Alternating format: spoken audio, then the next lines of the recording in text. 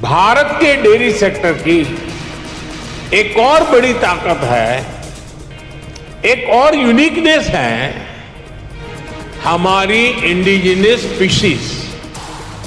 भारत के पास गायों की, भैंसों की जो स्थानीय ब्रीड है वो कठिन से कठिन मौसम में भी सरवाइव करने के लिए जानी जाती है। मैं आपको गुजरात की बन्नी भैंस का उदाहरण देना चाहूंगा।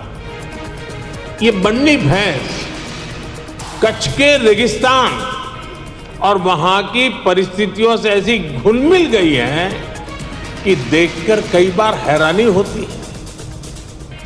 दिन में बहुत ही भयंकर धूप होती है, बहुत गर्मी होती है, कड़क धूप होती है। इसलिए ये बन्नी भैंस रात के कम तापमान में घास चरने के लिए निकलती है। विदेश से आए हमारे साथी ये जानकर के भी चौंक जाएंगे कि उस समय बन्नी भैंस के साथ कोई उसका पालक, उसका किसान उसके साथ नहीं होता है। वो गांव के पास बने चारगांव में खुद ही जाती है। रेगिस्तान में पानी कम होता है, इसलिए बहुत कम पानी में भी बन्नी भैंस का काम चल जाता है।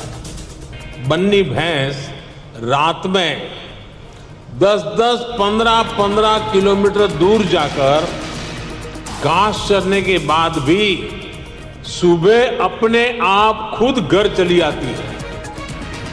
ऐसा बहुत कम सुनने में आता है कि किसी की बन्नी भैंस खो गई हो या गलत घर में चली गई हो।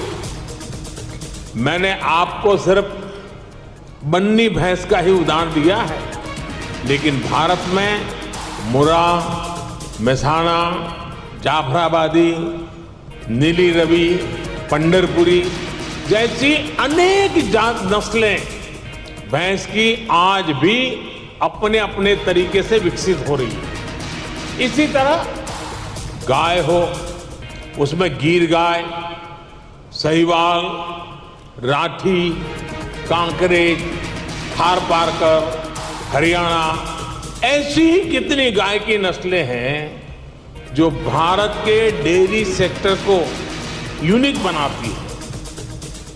भारतीय नस्ल के ये ज्यादातर पशु क्लाइमेट कंफर्टेबल भी होते हैं और उतने ही एडजस्टिंग भी।